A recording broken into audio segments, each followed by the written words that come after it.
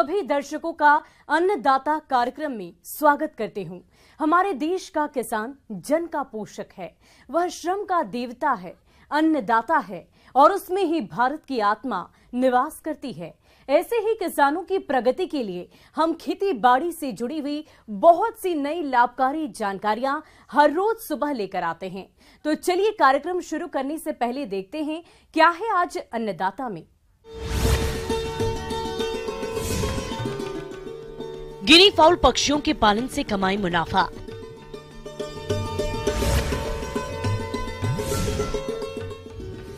अनार के नए बाग लगाने का तरीका।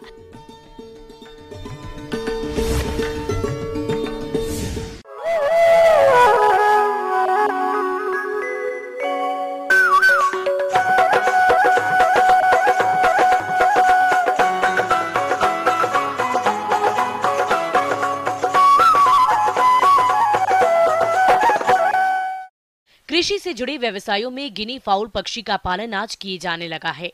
इसका पालन अंडा और मांस के लिए किया जाता है।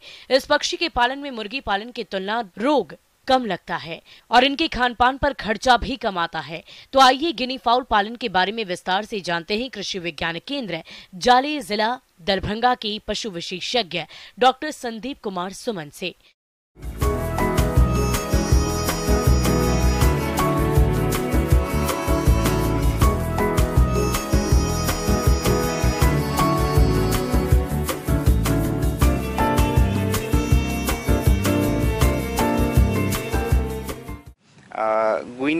गिनी फार्मिंग का सबसे गिनी का जो है वो ओरिजिन जो है वो साउथ अफ्रीका का प्लेन एरिया माना जाता है। और गिनी फार्मिंग जो किया जाता है किसान भाई जो करते हैं वो मेनली मीट और एग के पर्पस से, मतलब मांस और अंडे के लिए किया जाता है ये। और इसका जो होता है मीट वो प्रीमियम क्वालिटी का मीट होता है। जो मीट जो है वो उसमें विटामिन रिच होता है, खास करके इसमें विटामिन बी और ई काफ़ी मात्रा में पाए जाते हैं। ई जिसको टोकोफेरॉल भी कहा जाता है, एंटी स्टेरिलिटी विटामिन है ये। गिनी फाउल का पालन कम पूंजी वाले किसान बड़े आराम से कर सकते हैं, लेकिन आसपास अच्छी जगह होनी चाहिए जहां ये पक्षी घूम फिर सके और बाहरी चीजें खा सके। इससे इनके आहार का खर्च भी कम हो जाता है और तेजी से विकास होता है। और इसके मीट में जो है वो कोलेस्ट्रॉल का अमाउंट काफ़ी कम होता है। साथ में इसका जो एग होता है, एग के लिए भी इसका फार्मिंग किया जाता है। तो एग जो होता है वो 2.5 टाइम्स जो होता है इसका सेल जो है वो ज़्यादा मजबूत होता है। अंडे आसानी से ख़राब नहीं होते और जो मुर्गी के अंडे को आप काफ़ी गर्मी के दिनों में 1 सप्ताह आप रख सकते हैं, इसके अंडे को आप 15 से 20 रोज़ तक आराम से रख सकते हैं नॉर्मल टेम्परेचर पे जो गर्मी में होता है। गुनिया में एक और खासियत है जो कि ये बीमारी से और रोग से लड़ने का इसमें जो है क्षमता काफ़ी अधिक होता है और इसलिए इनका जो है मैनेजमेंट काफ़ी ज़्यादा ज़रूरी नहीं होता है। एफ्लाटॉक्सिन या माइकोटॉक्सिन जो होते हैं उनसे ये इनमें प्रतिरोधी पाया जाता है, मतलब इनको इसका कुछ खास अमाउंट जो है उससे ये प्रभावित नहीं होते हैं। इस पक्षी को अर्ध सघन बिछाली व्यवस्था में पालना सही रहता है। यह बहुत चंचल पक्षी होता है और घूमते रहना पसंद करते हैं, इसलिए इनकी आवास में अच्छी जगह होनी जरूरी है। और इनको रखने के लिए काफ़ी एक्सपेंसिव या एलेबोरेटेड जो है वो केज या जो भी रखने का व्यवस्था होता है वो नहीं करना होता है। रीज़न ये है जो कि वो गर्मी या बरसात या ठंडे के मौसम में आसानी से अपने आप को ढाल लेते हैं। इनका जो है कॉस्ट ऑफ प्रोडक्शन काफ़ी लो होता है। इसका जो लाइफ स्पान है, गिनी बर्ड्स जो हैं इनके लाइफ स्पान जो होते हैं वो 12 साल के होते हैं और इनका जो सेक्सुअल मैच्योरिटी है वो 7 मंथ में ये प्राप्त कर लेते हैं, लेकिन पहले अंडे जो हैं वो 8 मंथ में देते हैं। इनके अंडे का वजन 41 से 45 ग्राम प्रति अंडा होता है। 100 से 120 अंडे प्रति साल दे सकते हैं और ये नॉर्मली 2 से 3 साल तक अंडे देते हैं। और इनमें अगर आप पालन करना चाहते हैं तो इनका सेक्स रेशियो जो होता है वो डोमेस्टिक पर्पस के लिए एक आप नर का उपयोग करें और साथ में जो है 4 मादा हो या कॉन्फाइंड जोन, कहने का मतलब अगर आप केज में रखना चाहते हैं तो इनका एक मेल 6 से 60 फीमेल के साथ उचित है। और इनका एडल्ट का जो 3 मंथ का जो गिनी होता है उसका वेट जो है मीट पर्पस के लिए 1.5 kg एवरेज होता है। जैसा कि इस पक्षी के आहार पर खर्च कम आता है, लेकिन अगर आवास में रखकर पालन करते हैं तो खर्च भी बढ़ेगा और इनका विकास भी धीरे ही होगा। इसलिए इनको रोज 4 से 5 घंटे घूमकर खाने के लिए जरूर छोड़ें। ये फसलों को नुकसान बिल्कुल नहीं करते हैं और 50% तक आहार का खर्चा बचता है। बाहर खाने के बावजूद भी इनको घर में भी आहार जरूर दें। इनको वही आहार दिया जाता है जो मुर्गियों को दिया जाता है। जो इंक्यूबेशन टाइम है जिससे कि हम उसके बच्चे को पैदा कर सकते हैं वो 26 से 28 दिन है और इसमें जो 24 डेज का जो टेम्परेचर होता है वो 99.5 डिग्री सेंटीग्रेड होता है और इनका रिलेटिव ह्यूमिडिटी जो होता है 58 डिग्री सेंटीग्रेड रखा जाता है। और हैचर पीरियड जिसमें कि हैच करके अंडे से बच्चे चूजे या छोटे बच्चे बाहर उसके निकलते हैं, उस टाइम में उसका टेम्परेचर थोड़ा सा कम कर लिया जाता है। 97 डिग्री जो है वो अप्रोप्रिएट माना जाता है। उस टाइम में रिलेटिव ह्यूमिडिटी 60 डिग्री सेंटीग्रेड होना चाहिए। और किसान बंधु, आप जो है इसका पालन करके अधिक से अधिक जो है लाभ कमा सकते हैं। किसान भाइयों, अभी तक आपने खेती से जुड़ी हुई कुछ उपयोगी जानकारियां देखी। अब लेते हैं एक छोटा सा ब्रेक, जल्द ही लौटेंगे और कार्यक्रम में आगे भी है खेती बाड़ी से जुड़ी महत्वपूर्ण जानकारियां, तो बने रहिए हमारे साथ।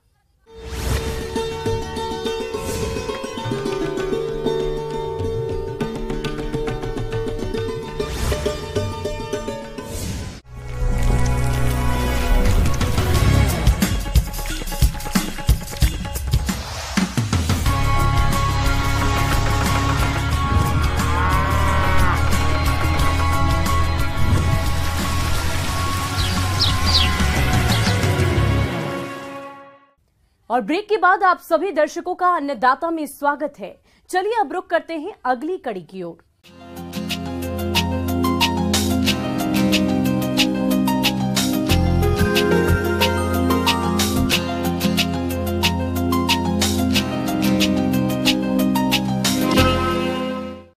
कम समय और कम पैसों में ज्यादा कमाई का सपना हर किसी का होता है, मगर प्रदेश में किसानों की बात करें तो पहली नजर में ऐसा मुश्किल ही नजर आता है। ऐसे में जरूरी यह है कि ऐसी फसल पर ध्यान दिया जाए जिसमें खर्च कम हो और लंबे समय तक के लिए कमाई होती रहे। अनार की बागवानी भी एक ऐसा ही काम है। अनार की खेती से लाखों तक की कमाई की जा सकती है और दिलचस्प बात यह है कि इसके लिए ज्यादा खर्च भी नहीं करना पड़ता है। तो अगर आप भी अनार की खेती करने का सोच रहे हैं तो किन किन बातों पर विशेष ध्यान दें, चलिए जानते हैं कृषि वैज्ञानिक केंद्र सुखेत जिला मधुबनी के कृषि वैज्ञानिक डॉक्टर प्रदीप कुमार विश्वकर्मा से।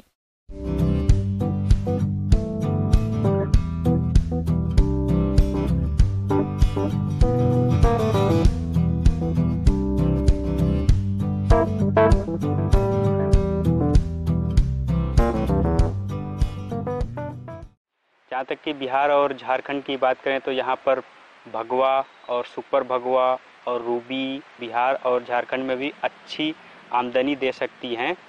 इनका चयन हम कर सकते हैं अपने खेत में लगाने के लिए। और इसके लिए हमको फील्ड प्रिपरेशन कैसे करें, कैसे लगाएं उसको, तो इसके लिए हमको प्लांटिंग हम कर सकते हैं। जैसे अगर आपका क्षेत्र जो है इसमें पानी की उपलब्धता है तो हम इसको फरवरी मार्च में लगा सकते हैं। अगर पानी की उपलब्धता नहीं है तो हम इसको रेनी सीजन में प्लांटिंग करवाते हैं, जैसे कि जुलाई और अगस्त में। पौधारोपण के 1 माह पूर्व 60 सेंटीमीटर लंबाई, चौड़ाई और गहराई के आकार में गड्ढे खोदकर 15 दिनों तक खुला छोड़ दें, जिसके बाद गड्ढे की ऊपरी मिट्टी में 15 किलोग्राम पकी हुई गोबर की खाद, यूरिया 60 ग्राम, डीएपी 50 ग्राम, क्लोरोपायरीफास चूर्ण मिट्टी में मिलाकर गड्ढों को सतह से 15 सेंटीमीटर ऊंचाई तक भर दें। गड्ढे भरने के बाद सिंचाई करें ताकि मिट्टी अच्छी तरह से जम जाए। इसको फिल करने का मुख्य उद्देश्य यही है। इसमें ये सारे पोषक तत्व और फ्यूराडान ऐड करने का मुख्य उद्देश्य इसमें निमेटोड को कंट्रोल करना रहता है। तो गड्ढा फिल करने के टाइम पे ये हमको ध्यान रखना है। और 1 महीने के बाद इसको हम गड्ढा फिल कर देंगे, या फिर हम रेनी सीजन स्टार्ट होने से पहले ये हम गड्ढा फिल करके छोड़ देंगे। फिर प्लांटिंग करने के टाइम पे हमको इसी गड्ढा फिर जो फिल हुआ गड्ढा है इसी में पौधा रोपण करना है। इसके लिए हमको 2-3 दूरी पे हम लगा सकते हैं, जैसे कि हमको 4.5 × 3 मीटर की डिस्टेंस पे लगा सकते हैं। इसमें हम 740 पौधे पर हेक्टर आएंगे, और हमको 5 × 4 में भी लगा सकते हैं और 5 × 5 में भी लगा सकते हैं। ये गणेश वैरायटी के लिए काफ़ी उपयुक्त है। और अगर हमको ज़्यादा स्पेसिंग पे जाना है तो ठीक नहीं है, क्योंकि ये मॉडर्न युग है, कम स्पेसिंग में अच्छे से मेंटेन करके हमको पौधा लगाना चाहिए। अब तक के अनुसंधान के मुताबिक प्रति हेक्टेयर उत्पादकता बढ़ाने के लिए अगर 2 पौधों के बीच की दूरी को कम कर दिया जाए तो प्रति पेड़ पैदावार पर कोई असर नहीं पड़ता है। हालांकि ज्यादा पेड़ होने से प्रति हेक्टेयर उत्पादन करीब 1.5 गुना हो जाता है। परंपरागत तरीके से अनार के पौधों की रोपाई करने पर 1 हेक्टेयर में लगभग 400 पौधे ही लग पाते हैं, जबकि नए अनुसंधान के अनुसार 3 × 3 मीटर की दूरी पर अनार के पौधों की रोपाई की जाए तो 1 हेक्टेयर में 1100 पौधे लगने से पैदावार 2 से 3 गुना तक बढ़ जाएगी। साथ में ही हमको इसमें एक और चीज़ ध्यान में रखना है कि जैसे कि हमारा पौधा जब बढ़ रहा है तो उसमें हमको इसमें पोषक तत्वों की आवश्यकता पड़ती है, जैसे कि नाइट्रोजन, फास्फोरस और पोटास। इसमें नाइट्रोजन, फास्फोरस और पोटास 500-500 ग्राम में तीनों देना है। लेकिन नाइट्रोजन में ये ध्यान रखना है कि हमको नाइट्रोजन कब देना है, नाइट्रोजन का आधा डोज प्रूनिंग के जस्ट बाद देना है, और बचा हुआ आधा 250 ग्राम फ्लावरिंग के टाइम पे देना है। और साथ में जो हमारा वो होता है कि फास्फोरस और पोटास प्रूनिंग के 3 महीने बाद हमको वो दे देना है। साथ में ये ध्यान रखना है कि जब भी हम फर्टिलाइजर अप्लाई करेंगे तो उसमें पानी देना आवश्यक है।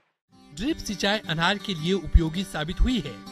इसमें 43% पानी की बचत एवं 30 से 35% उपज में वृद्धि पाई गई है। ड्रिप द्वारा सिंचाई विभिन्न मौसम में उसकी आवश्यकता के अनुसार करनी चाहिए। और तीसरी बात इसमें आती है कि पौधे का प्रबंधन कैसे किया जाए बाद में। तो प्रबंधन करने के लिए हमको इसमें सबसे ज़रूरी है प्रूनिंग। प्रूनिंग इसमें बहुत ज़रूरी है, क्योंकि इसमें फल जो है नई कलिकाओं पे आते हैं, और इसके लिए हमको हर साल प्रूनिंग करना पड़ता है। इसमें फल 3 बार हम 1 साल में ले सकते हैं, लेकिन हमको अगर क्वालिटी फ्रूट्स चाहिए तो मैक्सिमम 2 बार लेंगे। अगर एक ही फसल लेंगे, अस्त बार अगर हम लेंगे तो जनवरी-फरवरी में हमको फल मिल जाएंगे। उस समय पर मार्केट में कोई दूसरा फल नहीं होता है, तो इससे हमको बहुत ही अच्छी आमदनी हो सकती है। अनार में वर्ष में 3 बार जून, जुलाई, सितंबर, अक्टूबर और जनवरी, फरवरी में फूल आते हैं। व्यावसायिक रूप से केवल 1 बार की फल ली जाती है और इसका निर्धारण पानी की उपलब्धता एवं बाजार की मांग के अनुसार किया जाता है। जिन क्षेत्रों में सिंचाई की सुविधा नहीं होती है वहां मृग बहार से फल लिए जाते हैं, तथा जिन क्षेत्रों में सिंचाई की सुविधा होती है वहां फल अम्बे बहार से लिए जाते हैं। बहार नियंत्रण के लिए जिन बहार से फल लेने हो उसके फूल आने से 2 माह पूर्व सिंचाई बंद कर देनी चाहिए। तो इसके लिए हमको प्रूनिंग करना पड़ेगा। दूसरा हमको एक बहार ट्रीटमेंट बोलते हैं, वो भी करना पड़ेगा। इसका फ्लावर ड्रॉप करवा के या फिर इसको विद वाटर को उसका रोक के, ताकि फूल ना बने। रेनी सीजन के फूलों को हम ज़्यादा अवॉइड करेंगे। तो इसके लिए प्रूनिंग के लिए हमको इसमें मल्टी स्टेम प्रूनिंग में जाना है, जैसे कि 60 से 70 सेंटीमीटर ज़मीन से दूरी ऊपर हाइट छोड़ के उसके बाद हमको 6 से 7 या 5 से 6 कलिकाओं को छोड़ना है, बाकी का ऊपर सबका सब प्रून कर देना है। तो जितनी भी नई कलिकाएँ निकलेंगी उसमें बहुत ही अच्छी फ्लावरिंग आएगी और इससे हमको बहुत ही मुनाफा होगा। अब हम बात करते हैं कि वेल इस्टेब्लिश ऑर्चर्ड अगर हो गया है हमारा, तो उसमें कोई जैसे बीमारी आती है या फिर कुछ भी आता है, जैसे कि इसमें विल्ट का एक प्रॉब्लम रहता है, तो विल्ट का प्रॉब्लम के लिए हमको कुछ माइक्रो ऑर्गेनिजम्स हैं जैसे पैसिलोमाइसिस लिलिएसिनस और ट्राइकोडर्मा विरिडी, इसको हम वर्मी कंपोस्ट में मिक्स करके 5 से 7 दिन तक छोड़ देते हैं। उसके बाद वो vermi compost, enriched vermi compost, हम इसकी जड़ों के चारों तरफ मिलाकर अच्छे से मिक्स कर देते हैं, ताकि जड़ के जरिए वो हमारा विल्ट जो है कंट्रोल में किया जा सके। और ये जैविक कीटनाशकों का प्रयोग करेंगे तो इससे हमको निजात मिल सकती है। आगे और भी है खेती बाड़ी से जुड़ी हुई बहुत सी रोचक जानकारियां, पर यहां पर रुकेंगे एक और छोटे से ब्रेक के लिए और जल्द हाजिर होंगे।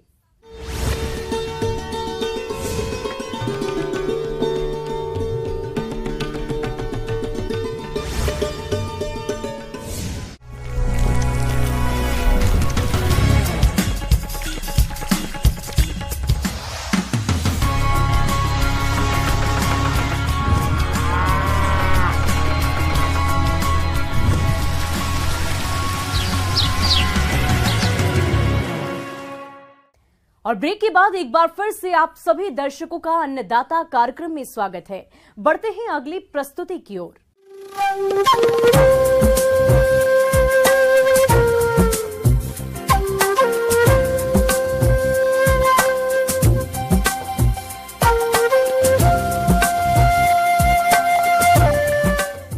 और मौसम के अनुसार प्रबंधनों पर ही टिकी है आपकी खेती बाड़ी, इसलिए मौसम पूर्वानुमान और उस पर आधारित साप्ताहिक कृषि सलाह इस प्रकार है।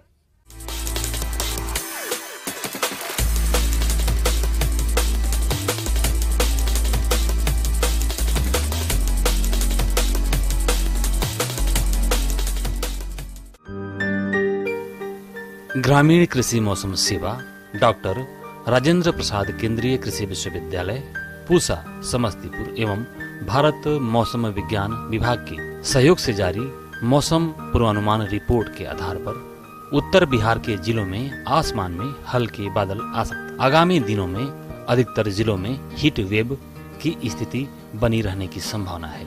उसके बाद उत्तर पश्चिम बिहार के जिलों के अनेक स्थानों पर तेज हवा के साथ वर्षा हो सकती है। इसका प्रभाव मुजफ्फरपुर, दरभंगा और समस्तीपुर जिलों के 1-2 स्थानों पर भी पड़ सकता है। आने वाले दिनों में अधिकतम तापमान 41 से 43 डिग्री सेल्सियस के बीच रह सकता है, जबकि न्यूनतम तापमान 24 से 27 डिग्री सेल्सियस के आसपास रह सकता है। पूर्वानुमानित अवधि में औसतन 9 से 12 किलोमीटर प्रति घंटा की रफ्तार से पछुआ हवा चलने की संभावना है। ऐसे में इन क्षेत्रों के किसान भाइयों को सलाह दी जाती है कि मध्यम अवधि के धान के किस्मों को बीज स्थली में गिराने का काम करें। इसके लिए संतोष, सीता, सरोज, राजश्री, प्रभात, राजेंद्र, सुवासनी, राजेंद्र कस्तूरी, राजेंद्र भगवती, कामिनी, सुगंधा किस्में अनुशंसित हैं। 1 हेक्टेयर एरिया में रोपाई के लिए 800 से 1000 वर्ग मीटर एरिया पर बीज गिराएं। नर्सरी में क्यारी की चौड़ाई 1.25 से 1.5 मीटर और लंबाई सुविधा के अनुसार रख सकते हैं। बीज को गिराने से पहले कार्बेंडाजिम 2 ग्राम से प्रति किलोग्राम बीज को उपचारित करके ही बुआई करें। जिन किसान भाइयों के पास सिंचाई की सुविधा हो और लंबी अवधि वाले धान लगाना चाहते हैं तो वे राजश्री, राजेंद्र मंसूरी, राजेंद्र श्वेता, किशोरी, स्वर्ण सब 1, बीपीटी 5204 और सत्यम आदि किस्में जल्द से जल्द बीज स्थली में गिराने का प्रयास करें। जितने क्षेत्र में धान का रोपा करना हो उसके 10वें हिस्से में बीज गिराएं। गर्मा सब्जियों जैसे भिंडी, नेनुआ, करेला, लौकी और खीरा की फसल में आवश्यकता अनुसार सिंचाई और निराई गुड़ाई करें। कीट व्याधियों से फसल की बराबर निगरानी करते रहें। प्रकोप दिखाई देने पर अनुशंसित दवा का छिड़काव करें। फल वाली सब्जियों में नाइट्रोजन का उपरिवेशन करें और कीट नियंत्रण के लिए मेलाथियान 2 मिलीलीटर प्रति लीटर पानी की दर से घोल बनाकर 7 से 10 दिन के अंतराल पर फल तोड़ने के बाद 2 बार छिड़काव करें। कद्दू वर्गीय सब्जियों में चूड़िल आसिता के आक्रमण होने पर केराथेन 1.5 ग्राम प्रति लीटर पानी की दर से या 25 किलोग्राम सल्फर पाउडर प्रति हेक्टेयर की दर से भुरकाव करें। अल्प अवधि वाले धान की किस्म एवं सुगंधित धान की किस्म का बिचड़ा बीज स्थली में 20 जून से 10 जुलाई तक बोने के लिए अनुशंसित है। सुगंधित किस्मों का बिचड़ा बीज स्थली में पहले से गिराने से उसकी सुगंध खत्म हो जाती है। लीची तोड़ने के बाद लीची के बगीचों की जुताई कर खाद एवं उर्वरकों का प्रयोग करें। प्रति प्रौढ़ पेड़ 60 से 80 किलोग्राम कंपोस्ट अथवा गोबर की खाद, 2.5 kilogram urea, 1.5 kilogram single super phosphate, 1.3 kilogram muriate of potash और 50 ग्राम सुहागा के मिश्रण को वृक्ष के पूरे फैलाव के समरूप बिछाकर मिट्टी में मिला दें। पशुओं के चारा के लिए ज्वार, बाजरा और मक्का की बुआई करें। पशुओं के प्रमुख रोग एंथ्रेक्स, ब्लैक क्वार्टर एवं एचएस से बचाव के लिए पशुओं को टीका लगवाएं।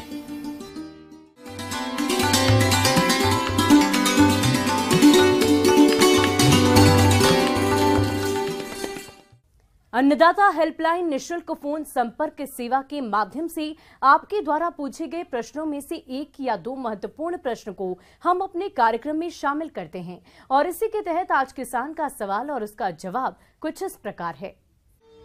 आज की अन्नदाता हेल्पलाइन में हमने जिस प्रश्न को शामिल किया है उसे पूछा है ग्राम कोल्हर, जिला दुमका के विशाल कुमार ने। आपने अगेती फूल गोभी की नर्सरी तैयारी पर जानकारी चाहिए, तो इसके लिए देखिए कार्यक्रम का यह अंश।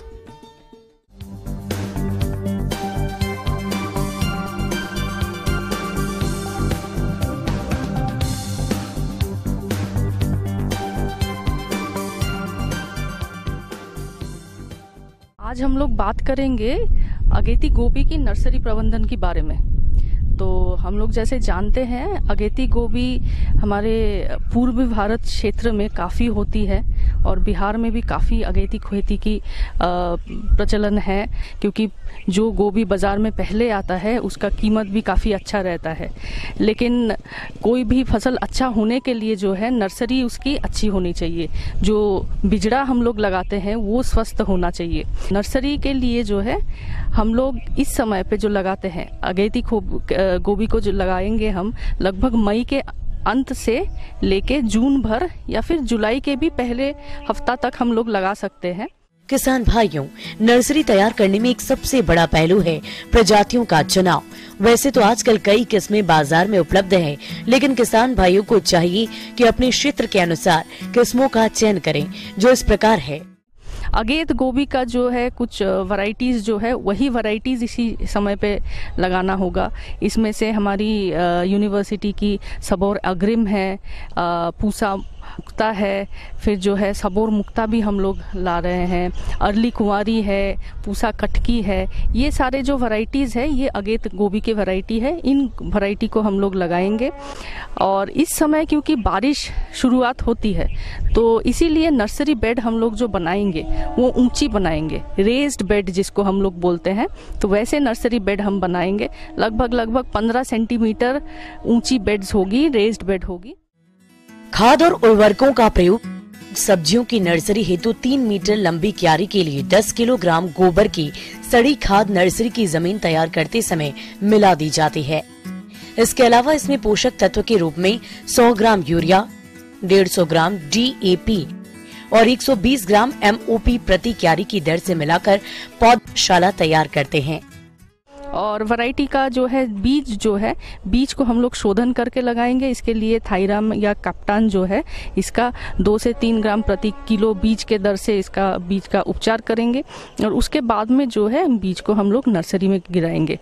बीज उपचार करके लगाने से जो है फफूंद जनित जो भी रोग आते हैं, डैम्पिंग ऑफ जैसे आर्द्र गलन जिसको बोलते हैं, तो ऐसे रोग जो है नर्सरी में नहीं आएगी और बिजड़ा जो है स्वस्थ रहेगी। बाद में हम लोग नर्सरी में लगाएंगे, लाइन में सोइंग करेंगे, लाइन में इसको लगाएंगे, छोटा जो है लाइंस बनाएंगे। दोनों लाइन के बीच में जो है लगभग 5 से 7 सेंटीमीटर का गैप देंगे। 1.5 सेंटीमीटर 1 से 1.5 सेंटीमीटर की गहराई पे जो है बीज की बुआई कर लेंगे। बुआई करने के बाद में जो है ज़्यादा वर्मी कंपोस्ट और थोड़ा सा मिट्टी मिला के हम जो है उसको ढक देंगे। और ढकने के बाद में जो है अभी क्योंकि बारिश की संभावना भी है तो हमको ये देखना पड़ेगा, अगर बारिश की संभावना है तो डायरेक्टली जो है आपके नर्सरी बेड के ऊपर में बारिश, अगर जोर से बारिश होती है तो बारिश पड़ेगी तो सीड डिस्प्लेस हो सकता है। तो इसीलिए जो है पुआल से आप लोग जो है नर्सरी बेड को ढक सकते हैं। किसान भाइयों, सब्जी की नर्सरी में अक्सर डंपिंग ऑफ रोग अधिक देखने को मिलता है, जिस कारण पौधे खराब हो जाते हैं। तो इस तरह की समस्या से बचने के लिए आप कार्बेनोडाजिम दवा की 2 ग्राम मात्रा को प्रति लीटर पानी में घोलकर ड्रेंचिंग कर दें, जिससे आप इस रोग पर नियंत्रण पा लेंगे। और जब भी अंकुरन होने लगे तो जो पुआल से हम लोग नर्सरी बेड को ढकेंगे उस पुआल को हमको तुरंत हटा लेना है। अंकुरन होना जब शुरू हो रहा है उसी समय पे पुआल को हटा लेंगे। ज़्यादा गीला नर्सरी बेड नहीं रहना चाहिए क्योंकि इस समय पे बारिश होती है तो ड्रेनेज का प्रावधान अच्छे से देना होगा।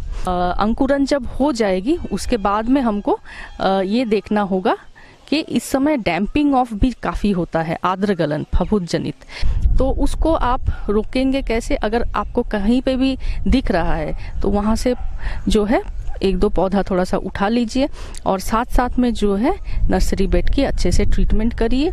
आप जो है स्प्रे कर सकते हैं कॉपर ऑक्सीक्लोराइड की 2 ग्राम प्रति लीटर के मात्रा से कॉपर ऑक्सीक्लोराइड की स्प्रे कर सकते हैं, तो डेफिनेटली जो है आर्द्र गलन की प्रॉब्लम रुकेगी। और अगर इसी सही समय पे लगाते हैं, सही वैरायटी लगाते हैं और बिजड़ा अच्छा से बनाते हैं तो बेशक आपका जो फसल है वो बहुत अच्छा होगा। किसान भाइयों, अब बात करते हैं पौधों की कठोरीकरण की। तो जब पौधे थोड़ी बड़े हो जाएं, तब उसे अधिक धूप और कम पानी देना चाहिए। रोपाई के 1 सप्ताह पहले पौधों की अच्छी तरह से उन्हें धूप भी मिलना चाहिए और 1 दिन छोड़कर दूसरे दिन सिंचाई करनी चाहिए या पौधे उखाड़ने के लिए 2 से 3 दिन पहले सिंचाई बंद कर देनी चाहिए। ये क्रिया करने से पौधे कठोर हो जाते हैं और उनमें रोपण के समय झटकों को सहन करने की क्षमता बढ़ जाती है। सामान्यतः 4 से लेकर 6 सप्ताह के पौधे जब 10 से 15 सेंटीमीटर ऊंचे और 4 से 6 पत्तियों वाली अवस्था पर हो जाते हैं तब इन्हें रोपण के लिए सही समझा जाता है। किसान भाइयों, अन्नदाता आपकी सेवा के लिए संकल्परत है। कृषि संबंधित समस्या और सुझाव के लिए आप हमें इस पते पर संपर्क कर सकते हैं। प्रोड्यूसर अन्नदाता, news 18 Bihar Jharkhand, Ramoji film city, Hyderabad 501512 और साथ ही आप हमें ईमेल भी कर सकते हैं। हमारा ईमेल आईडी है p18annadatabihar@nw18.com।